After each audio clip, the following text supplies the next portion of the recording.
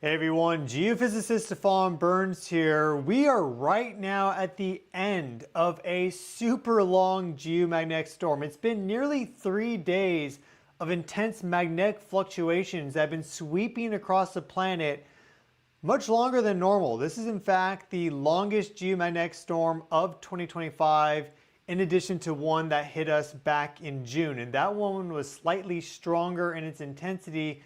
It was also very long duration, about 72 hours of geomagnetic storming. But those two storms have been the longest in duration of this year. The difference is the storm back in June wasn't really a surprise. This one was. It kind of came out of nowhere. There are a variety of explanations and understandings of what may have caused it. I talked about that in yesterday's video. But in general, it was certainly a bit of an unexpected shakeup. Solar wind velocity went over 800 kilometers per second at one moment, which is very fast, indicating that some sort of plasma wave of high velocity hit us. It could also be a high-speed stream. That's what NOAA is saying. But if you look at the sun, this is going all the way back to the 25th of September. Where's the coronal hole? We don't really see it. I mean, yeah, like little things, but nothing that should have given us a G3 storm that overall lasted 72 hours. Now we do have this coronal hole coming up here. This is our favorite coronal hole. I think this is the 14th rotation of this one now. You'll notice at the very end of this video, it's not yet geoeffective. So that's not what hit us. We're about to get hit by that. And so you add in all these factors together, and well, we are in an earthquake watch. And in fact, I think there is a much higher risk of there being a megaquake in the near future. I would say for the month of October.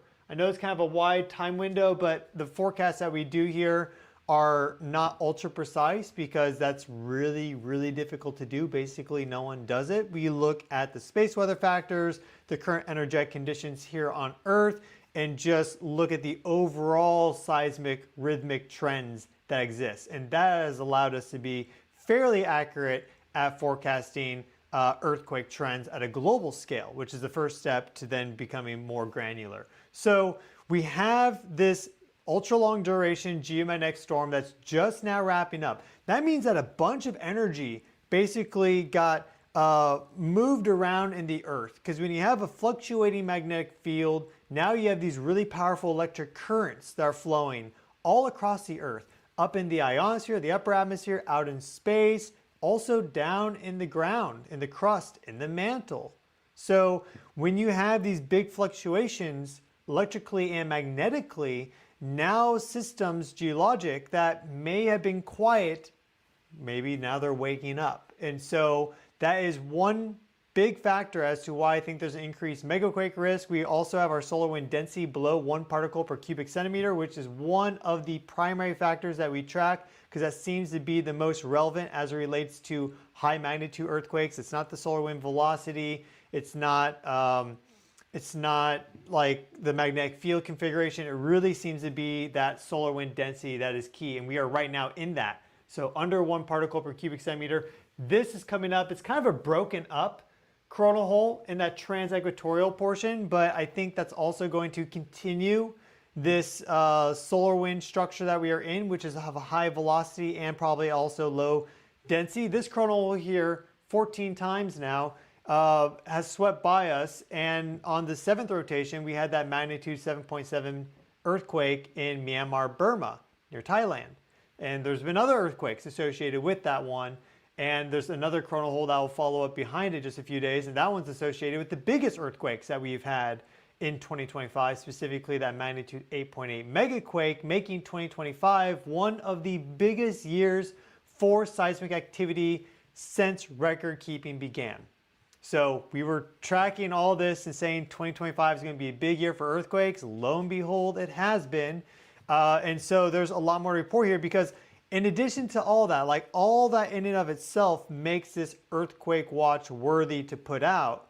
We also though have all these wildcard factors with the comets coming into our solar system, specifically a lot of them in the inner solar system. So let's switch our view and look at that really quick because this is kind of the X factor that really seems to change things up significantly. So you can look at that right here. We have the Sky Live. This is a web portal that shows the solar system and orbit visualizations. And so we zoom out and we can see here Neptune, Pluto, that's the orbit of Uranus, Saturn, Jupiter. Okay, so these are the outer planets. Look at all these purple lines. These are the orbits of these comets that are coming in. So most of these are high, very high angle, like high period, long period, which means long time duration, orbits like 10,000, 20,000, 100,000 years basically. And they zoom out to different parts of the Oort cloud. You'll notice one in particular is nearly a straight line. And we'll get that one lined up for you. Right here, that's the trajectory of Interstellar Object 3I Atlas. And because it is so anomalous, that's indicating that it is of interstellar origin, the third ever observed, though there's undoubtedly been a bunch of these flying through the solar system for a long time. We just now have the equipment to really start catching them as they do so. But the thing is that we see pretty consistently, not every time, but pretty consistently, big solar activity when you have these sort of comets fly by, especially close to the Earth in specific geometric relationships. Also, there seems to be a connection with earthquakes.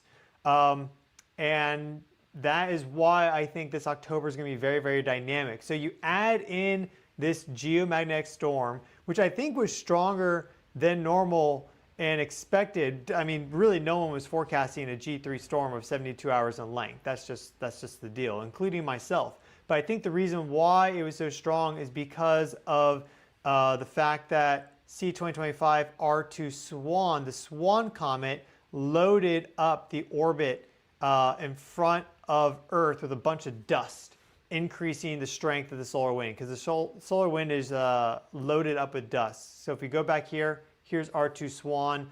I talked about this in yesterday's video, but let's just go through it again really quick. We see that it's been passing through this inner solar system zone by Mercury, Venus, and then now Earth.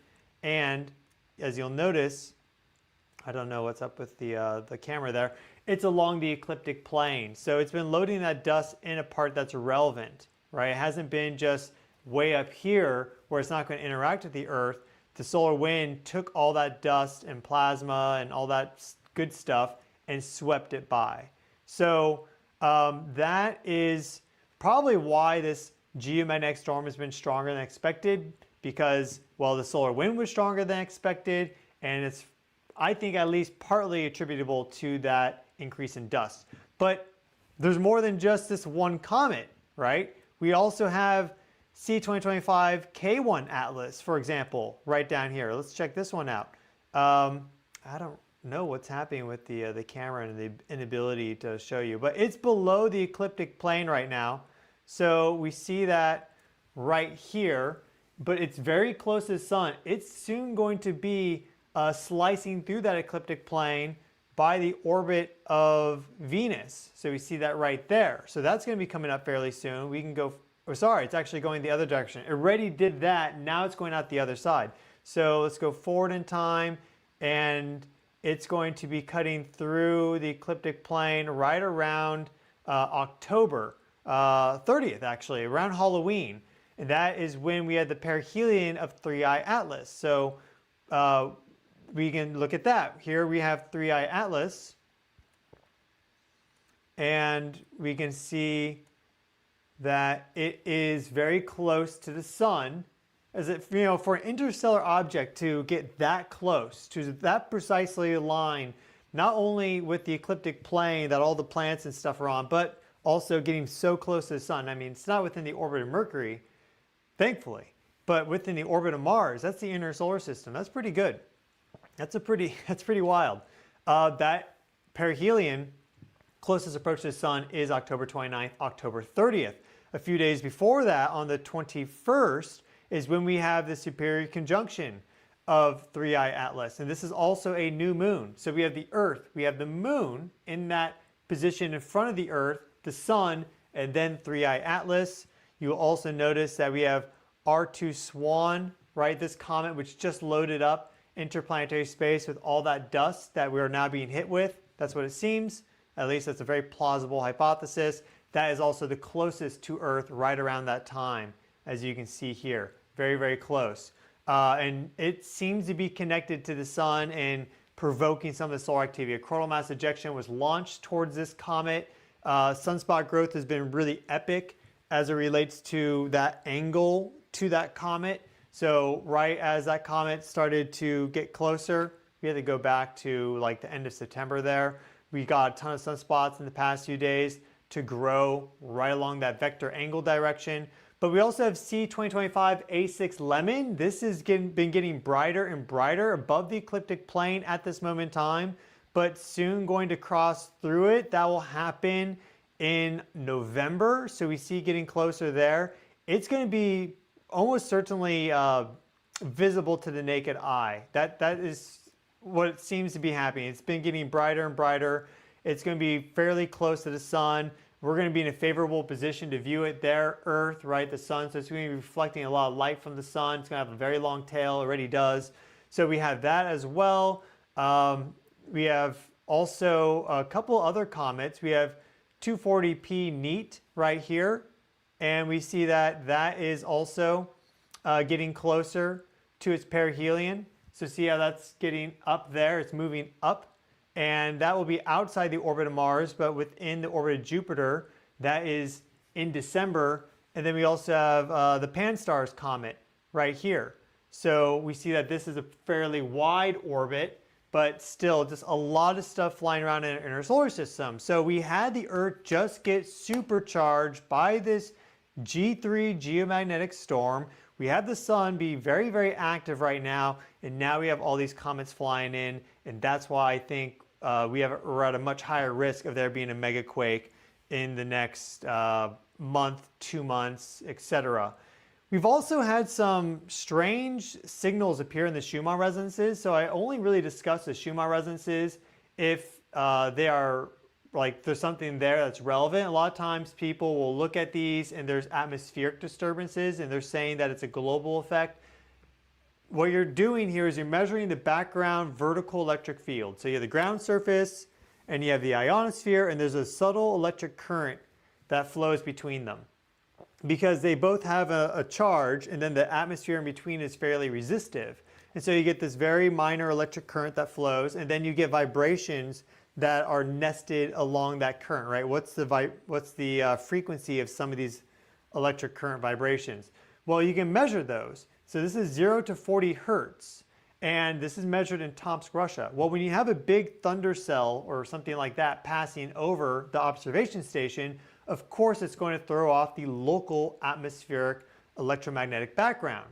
So you can't look at this for global effects when there's a lot of local atmospheric weather that's occurring. Even just like heavy clouds or rain clouds. You know, rain clouds are electrified. It doesn't have to be a thunderstorm. It doesn't have to be a cyclone or anything like that. So a lot of people look at this and they misattribute things. But under fair weather conditions, you do get a good look at what's happening with Earth's global Schumann resonances energy field. And see here right now, this is pretty much fair weather conditions. It looks like we had a little bit of atmospheric chop right there, though this could also be from the geomagnetic storm. I haven't checked the weather, but usually thunder clouds and stuff have a very clear signature. This looks a little bit more geomagnetic, so that's probably what that is, maybe some distant lightning. But really what I want to show you here are these strange, unusual signals, specifically mode 5. So you have modes 1, 2, 3, 4, that's 7.8 hertz, 14 hertz, 20 hertz, 26 hertz. These all overlap with our brain waves perfectly, not only in frequency, but also in intensity. So there's this natural resonance and connection between the Earth and humans, and actually a lot of life, right? A lot of life operates on these frequencies. We evolved in these energy fields for billions of years. That's what we think. So it makes sense that we have very deep connections to them biologically and then also consciously. I think that these are one level of the collective consciousness, but that's my own thoughts. I've done a tremendous amount of research into it, and that's what a lot of evidence points to, but we need to do a lot more research. Well, mode 5 here is 33 hertz, and specifically for this spectrogram of data that we get from the Space Observing System, they apply a filter from 32 hertz to 40 hertz, and they reduce the decibel on it. So they reduce the intensity. So typically it shows up quite a bit darker. So that's why you usually only see modes 1 through 4, and then everything below that is fairly low gain. The fact that mode 5 there and here is showing up so strongly shows you that's a very strong signal, because it's still showing up at a similar intensity to these other 4 modes, roughly, even though it has this filter applied to drop it down 15 decibels or so. So this is really odd that we have such a strong 5th mode resonance right now, that 33 hertz. And then you add in some of these other like stray like little energy signals. Like, I don't know what the heck that is, but that's quite odd. You also do see these parabolas at times. Just FYI, if you're someone that watches this, this is a local effect, probably due to some sort of power inverter cycling on and off. Because I've gone to a Schumann Resonances geophysical observatory, and they had similar like noise effects show up in their data, because they had a solar panel set up that cycled on and off for an hour, and it would create these like little waveforms. So that is very likely what that is, because it's a fairly reoccurring thing. It always happens from 2300 to 0. So that's their midnight. This is local time, UTC +7. But this is odd right there. Maybe it's related, but it shows up at a much higher intensity. So I don't know what the deal is, but right there, these two specifically for mode 5, and even a bit over here as well, is quite anomalous. So the Schumann resonances are also connected to earthquakes, and we just had this magnitude 6.9 hit the Philippines. There have been dozens of deaths from that, unfortunately. A lot of destruction on the island of Cebu, I'm sorry, I don't know the exact pronunciation, but we can look at our recent earthquakes here. Here's at 6.9. I saw some videos recently, and there's also been a swarm, as you can tell. So we have magnitude 5s. We have not had a significant aftershock yet. So we are still probably waiting on like a magnitude 6 aftershock to hit this area. And it is possible that this is a foreshock for something bigger. So as it relates to a megaquake, this is now an area to watch.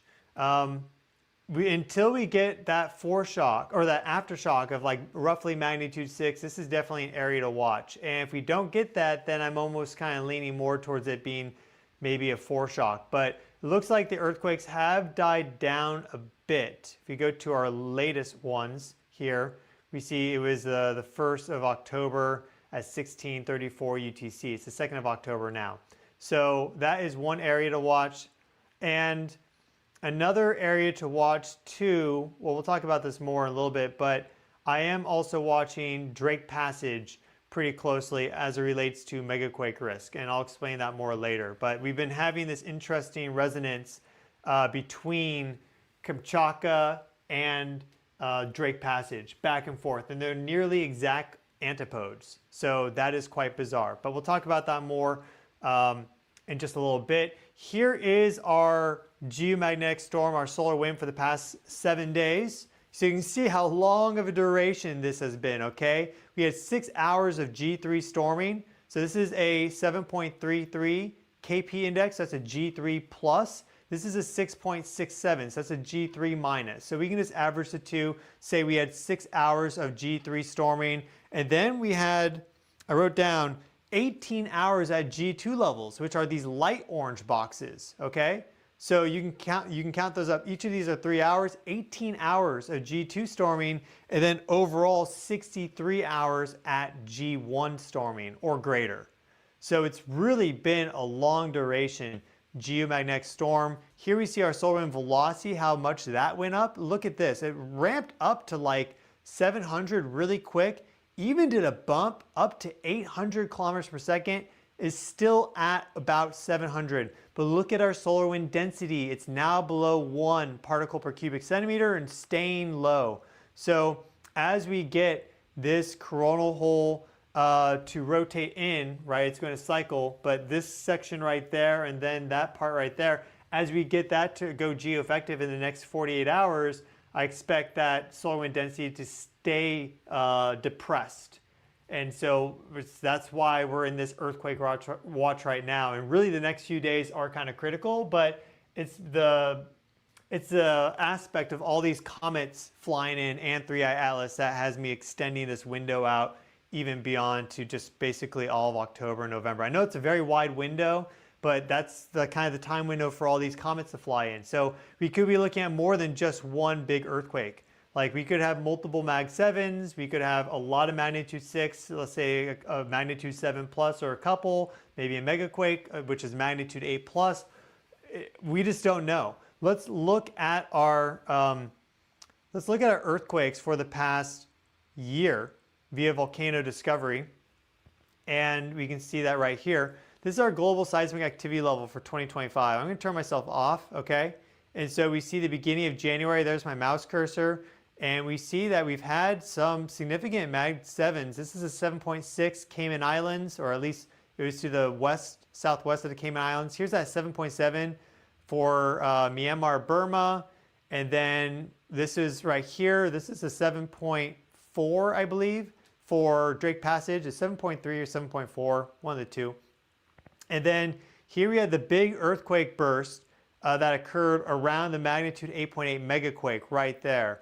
Biggest earthquake since 2011, sixth strongest year on record for earthquakes as it relates to the Earth because of that megaquake. An interesting thought is like, okay, if Earth does resonate with the sun and the sun is loading the Earth with energy because of these coronal hole high-speed streams and that generates earthquakes, is that also affecting the other planets? Are they having a lot of earthquakes? For example, Mars.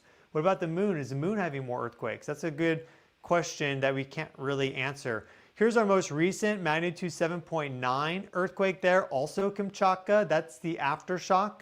It is possible we get something else big there, but I just don't think that's probably the case. I think we are done with big earthquakes in Russia, but it's possible. It's still swarming to some degree. And here's our most recent 6.9. So we still have a lot of time left, right, for 2025. We're only 3/4 of the way through. We got 3 months left, folks. So this can really fill in with a lot of stuff. And these space weather factors are not letting up. It's really bizarre that we've been having solar maximum with a lot of activity, stronger than expected for solar cycle 25, but at the same time, we're having these reoccurring coronal holes, which is typically something you see on the descending phase and during solar minimum. So the fact that we are getting so much energy pumped into the Earth in terms of solar flares, that light ionizing the upper atmosphere, charging up the ionosphere, but then you also get this like long-term recurrent loading with the coronal hole high-speed stream impacts, and the solar wind density is constantly dropping below 1, which kind of acts almost like a vacuum. When the particle density really drops, it could be 10, all of a sudden it's at 0.1 particle per cubic centimeter or lower. That's a huge drop. That's a 100 times drop, right? 2 orders of magnitude. It could be even more than that. Our limit stops in being able to detect this at 0.1 per cubic centimeter. So when all of a sudden you just have a lack of matter surrounding the Earth, and it's like a void, that seems to pull these earthquakes out. And I think it's a fairly simple mechanism, but there's really no research that I know of specifically on solar wind density in earthquakes. And that's something that eventually I would like to get to myself. But those are the global seismic trends, and so I think this is going to fill out. If we go to our time window here, this is a longer time frame because we can look at other years. You'll notice that there are plenty of years where you just get a lot of activity. I mean, this is kind of the norm actually. So we can zoom around here, and these dark red bars, like the super dark burgundy bars, are the ones specifically to look at. They only show up for the high magnitude 7s and low magnitude 8s. But if we go back to 2021, we had 2 megaquakes. We had this magnitude 8 plus and this magnitude 8 plus. So it's not unheard of to get multiple magnitude 8 plus earthquakes in 1 year. So I think that's possible. Sometimes you get these long stretches like this. This is 2017, a fairly low year, but there was that magnitude 7.9 and 8.1 there. So you also had some big earthquake activity. But look at 2016, tons of earthquakes, right? Some periods where it was low in between, but a lot of times you get them clustering. See how they cluster? Look at the cluster, right? 2014, that was during solar maximum. The beginning of the descending phase for solar cycle 24. And yeah, it keeps going. So this is not at all impossible, let's say, to have another megaquake this year. And I think with all these factors, that's why it's a heightened risk. Am I saying it's going to happen? No. Is it a heightened risk? Yes. We also just have our latest sunspot count for September. Let's just check this out really quick. So our monthly count for sunspots came in at 130, just about 130. August is 133.5, so we did go down. Here's the predicted values, but their prediction was off back in 2020, and now they have a better prediction. It's kind of working, but they clearly didn't get this, right? The super low drop there in May, below 80. It looks like we're working up to a second peak in activity. I don't think we're going back above 200 for a monthly count, but I do think we are going to probably have a monthly close in terms of sunspots over 150 at some point. But maybe not, but if it's going to happen, it's going to happen at the end of this year. So this October, November, December are really 3 key months. If we don't get a close in sunspots over 150 for the month, I don't think it's going to happen in 2026. I think at that point we start to enter the descending phase. And we can look at our sunspot numbers right now, our daily count. We see that we are still elevated. So normally there's kind of like this rhythm up and down. We seem to be staying up.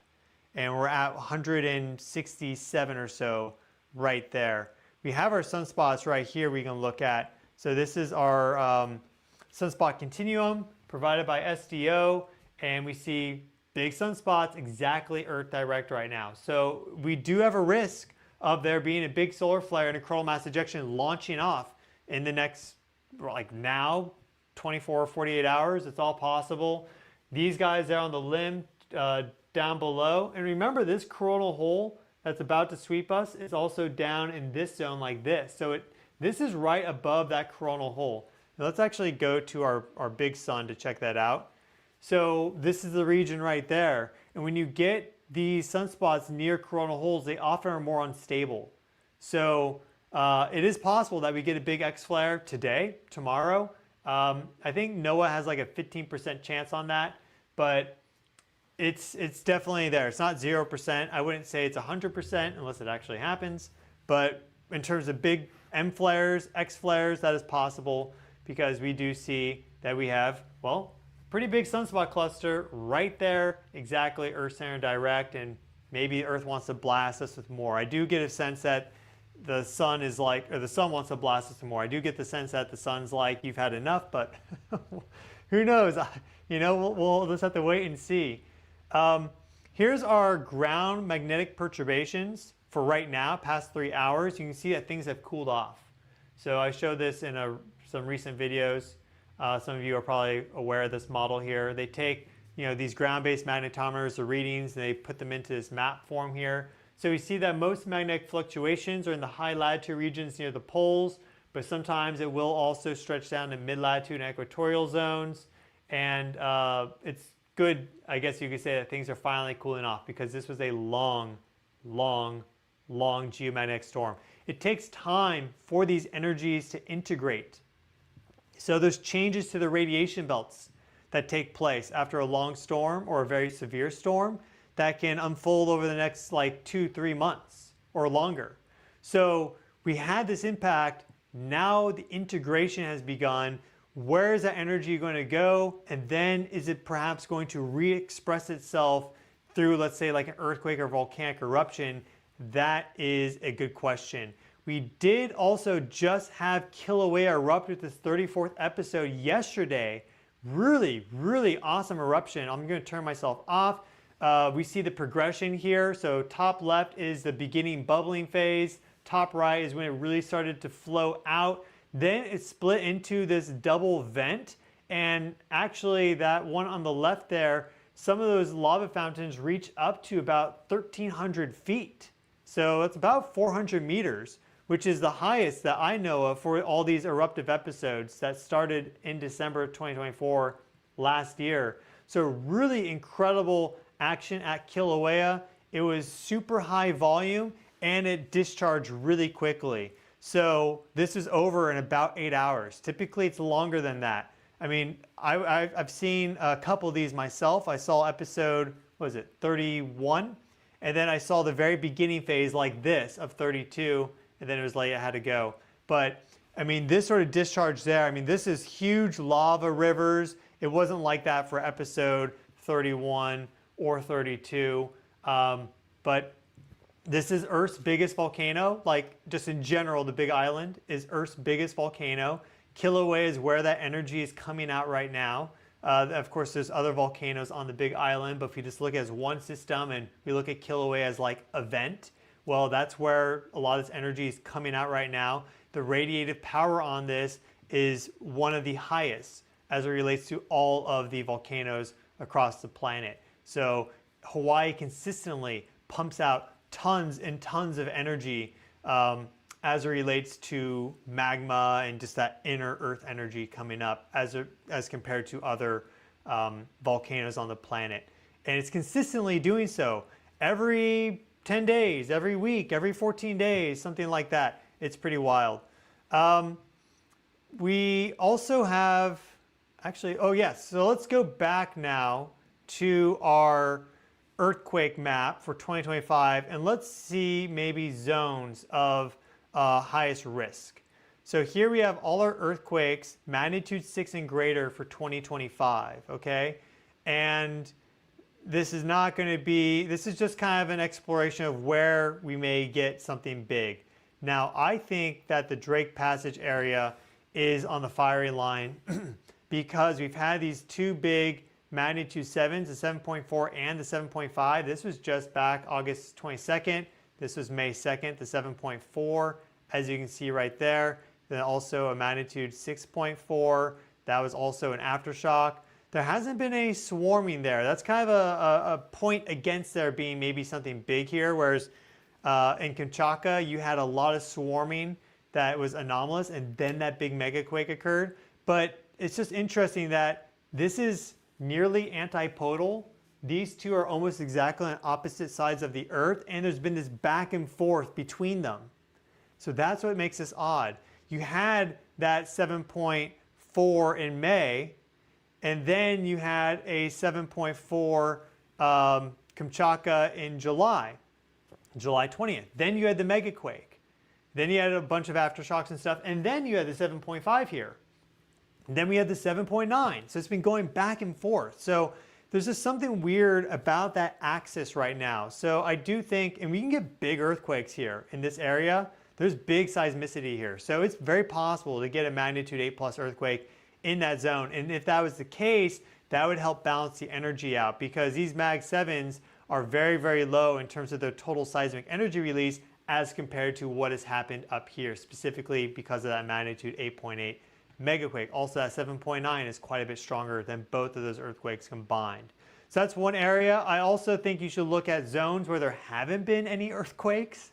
So we've been having increased earthquake activity in this Cascadia zone with like magnitude 5s and like 5.8, 5.9 near Oregon, like Braden, I think it is. But look here, no magnitude 6s through this entire stretch. So this is the San Andreas strike slip.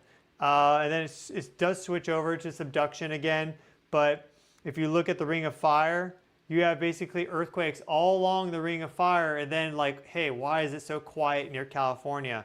So I hope we don't get an earthquake there. I really hope we don't get earthquakes anywhere that's destructive.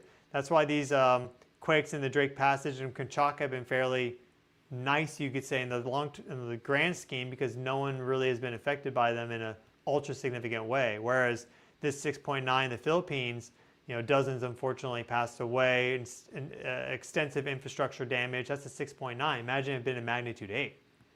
Ooh, that would not be good. So prayers to everyone in the Philippines. But that is a zone also to watch. I have a video on that on my channel, areas of high seismic risk in California. And then we also have New Zealand here. Alpine fault is at its recurrence interval. That's 300 years. Last big rupture was 1717. So we are past that 300-year average reoccurrence interval. It can do up to magnitude 8s if the entire alpine fault and some of these other sections slip at once. So that's possible. That's the thing. It's really difficult to pinpoint exactly and be like, that is where it's going to occur, though sometimes you do get some good, clear warning signals, and that's actually what we use. We use this swarm here to forecast that magnitude 8.8 earthquake, and we hit it 3 days in advance. But look at all the magnitude 6+ earthquakes in this zone. This has been the area of greatest release, which is why I think that Drake Passage here, being nearly antipodal, could be up on the block. But you can't forget South America there. Not much activity along this part of the Ring of Fire, and we get the biggest earthquakes in the world here. 1960, magnitude 9.5. That's the biggest earthquake ever observed, recorded. Whereas Alaska in 64 was a 9.2. And this was an 8.8. Japan, 2011, 9.1. And then you have Sumatra, 2004. That was right in this zone. That was a magnitude 9. So is a magnitude 9 earthquake possible? Yeah, it is. We got close. It is possible. Is it likely? It's not the most likely, but I think a magnitude 8 could happen by the end of the year. And I wouldn't be surprised if we get another magnitude 8. That's the point. So yeah, you could go around on this for 3 hours and talk about earthquakes and where they may happen, but those are like the key zones I'm kind of looking at. Does not mean that's going to be where it occurs, but I think that's where we have the highest probability based off of all the different risk factors. So yeah, a lot happening right now, as you can tell.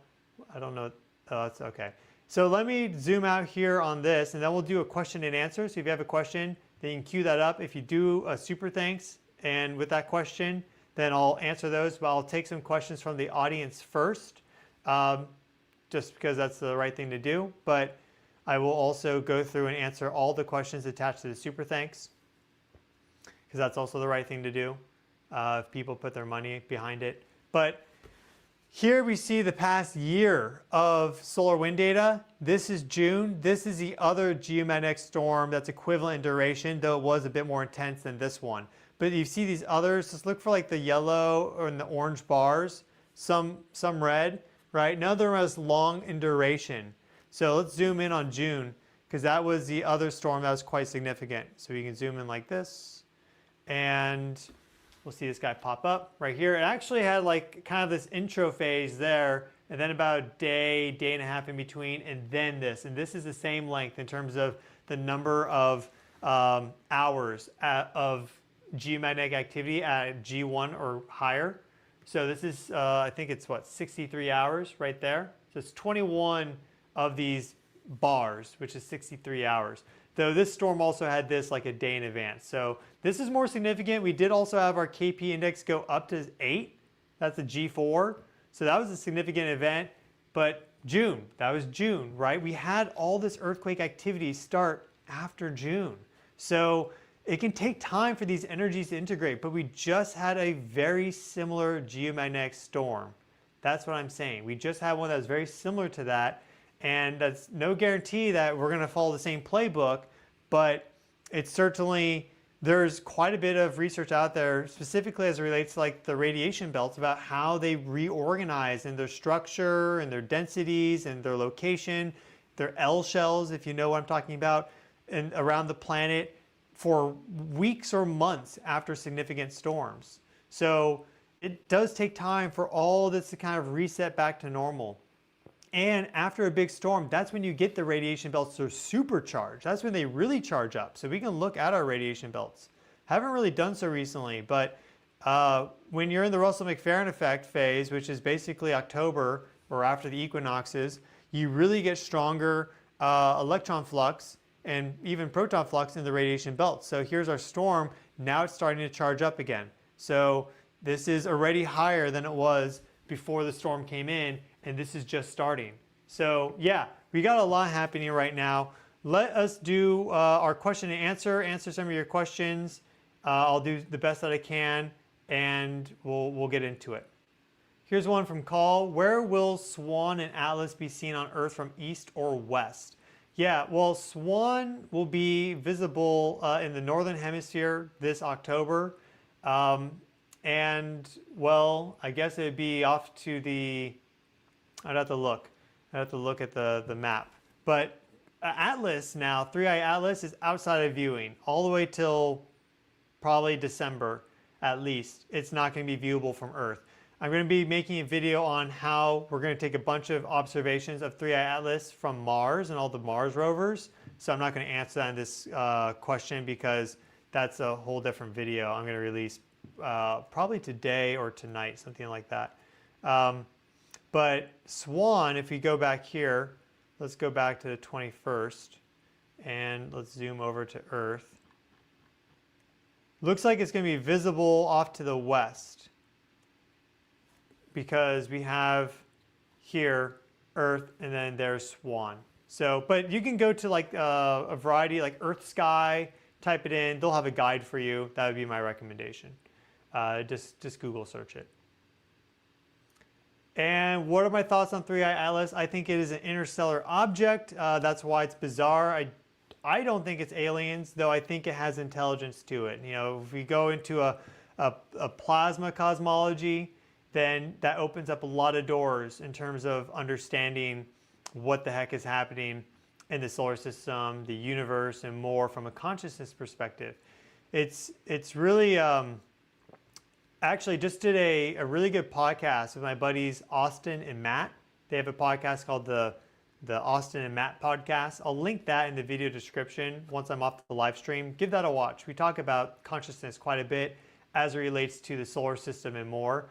But you have effectively particles, and they're not really particles or wave functions, but they're like, is it this or is it that? And you don't know what it is until you observe it, right? It's like the Schrodinger's equation or the paradox, right? Is the cat in the box or not in the box? Well, you don't know until you open. So look at the sun.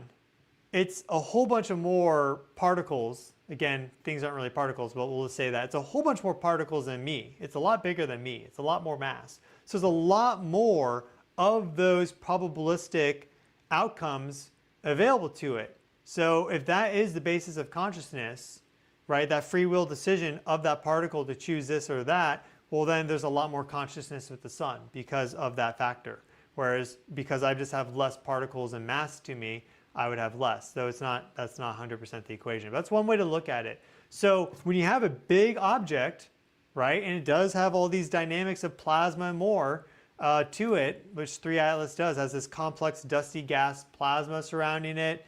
It's traveling very high velocity. That, I think there's a consciousness to it. I think it's already been interacting with us consciously with the other planets and more because it's just too precisely aligned with our solar system, and like specifically doing the superior conjunction with Earth is quite bizarre.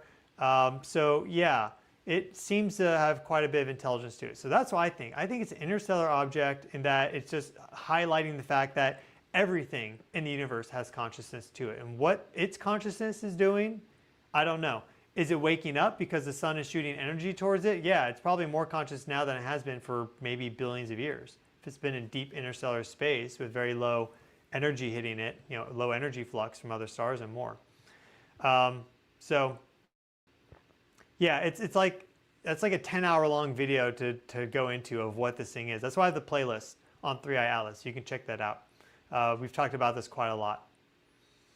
And yeah, Davey's asking, are there still any functioning solar observatories amid the government shutdown? Yeah, I think all of them are basically working. Maybe some that I guess need human like intervention like daily. But I think they're all working. The data feeds are online because it's all automated.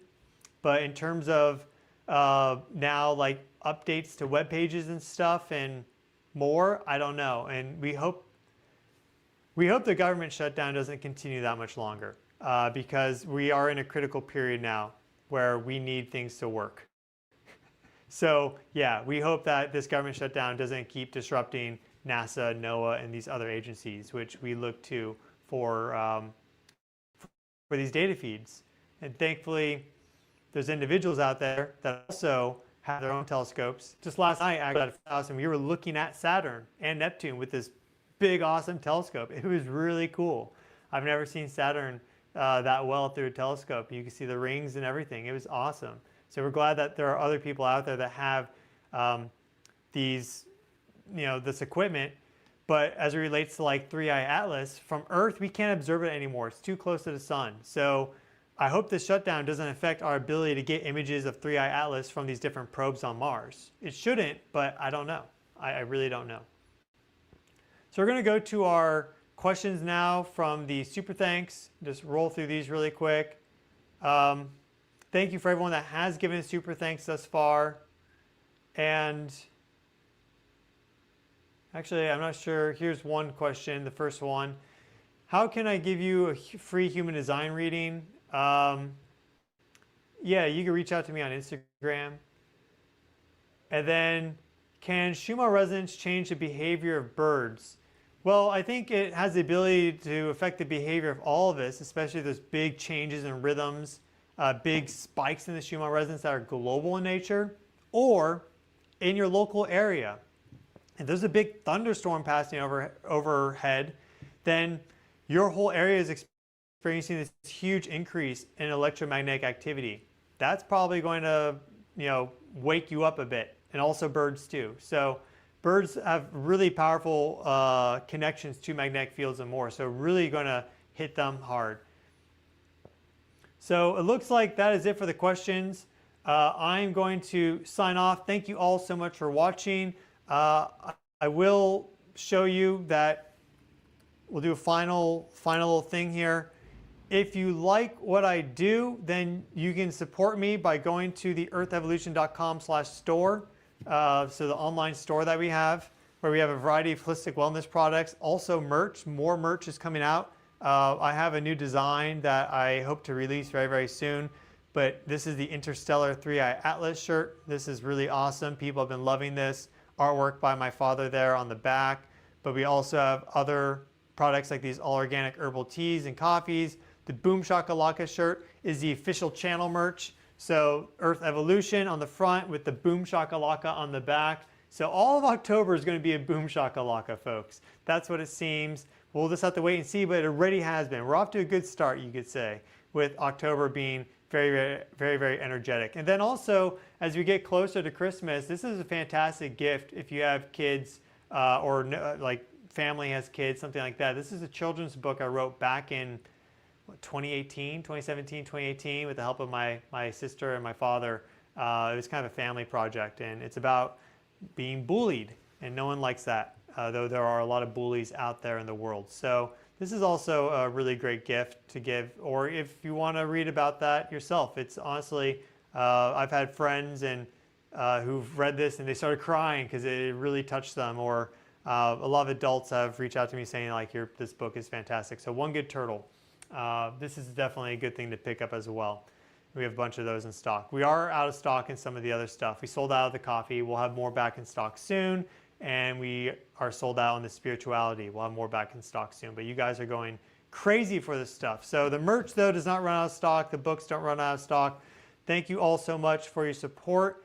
Wishing each and every single one of you well. Please take care of yourselves. Make sure you do all the things. Right now is really time to be mindful of your health, your wellness, and really be strict on that.